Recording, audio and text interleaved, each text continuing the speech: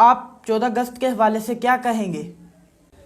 جی but صاحب آپ بجا فرما رہے ہیں کیا گلے پھاڑنے سے، چوکوں اور چراہوں میں بگڑے ڈالنے سے، لوگوں کو ڈسٹرب کرنے سے، ون ولنگ کرنے سے کیا ہم وہ مقاصد وہ مشن کو ہم آگے لے کے جا رہے ہیں جس کا خواب قائد اعظم نے دیکھا تھا یا ہمارے اسلاف نے دیکھا تھا؟ کیا ہم نے 20 لاکھ سے زائد قیمتی جانوں کے نذرانے پیش کر کے اس لیے وطن عزیز حاصل کیا تھا کہ ہم لوگوں کو یہاں لوگوں کے حقوق کو پامال کریں، چھتوں پہ چڑھ کے پتنگیں اڑائیں اور بیہودہ فحاشی گانے لگا کر ہم لوگوں کی دل آزاری کریں؟ کیا اس لیے ہم نے وطن عزیز حاصل کیا؟ لوگوں کی عزت کا مذاق بنا کر ہم اپنے آپ میں بھولے نہ سمائیں؟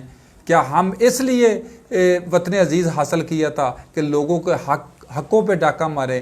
یا ہم نے اس لیے وطن عزیز حاصل کیا تھا کہ ہم لوگوں کی جانوں اور مال سے کھیلتے رہیں، لوگوں کی عزت و آبرو سے کھیلتے رہیں، لوگوں کی عزت و غیرت سے کھیلتے رہیں، لوگوں کے مال و زر سے کھیلتے رہیں، لوگوں کی زمینیں ہتھیا کر ان کا مذاق بناتے رہیں، عدالتوں اور کچہریوں میں ان کے لیے مشکلات کھڑی کرتے رہیں؟